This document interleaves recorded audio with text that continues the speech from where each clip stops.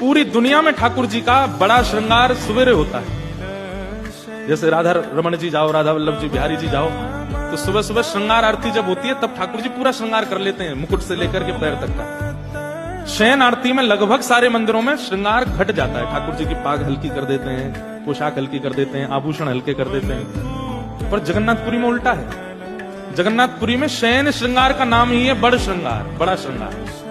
इतने पुष्प पहनते हैं ठाकुर जी, यहाँ पे आंखों पर, मुख पर, हाथ पर, सब जगह पुष्प ही पुष्प। इतना अद्भुत श्रृंगार होता है ठाकुर जी का। मैंने पूछा कि भैया ये जगन्नाथ जी को पूरे दिन तो हल्के हल्के श्रृंगार, रात में इतना भारी श्रृंगार करके क्यों सुलाते हो? अब आपको कोई हार पहना दे, गले में बिल्कुल यहाँ पे वो पहना दे, पूरी चूड़ियां पहना दे, माताओं को गले पैरों में पाजेब पहना दे, कमर में कौंदरी, अब सो जाओ, ऐसे कौन सोता है?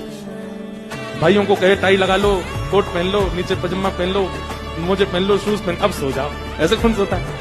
ये तो नियम है कि भाई हल्के वस्त्रों में ही सोया जाता है। पर जगन्नाथ जी इतना श्रृंगार करके क्यों सोते हैं? तो पुजारी जी बोले अंदर की बात है, कपाट बंद करते ही ठाकुर जी भाग जाते हैं। बोले कहां? बोले वृंदावन जाते हैं रास करने के लिए।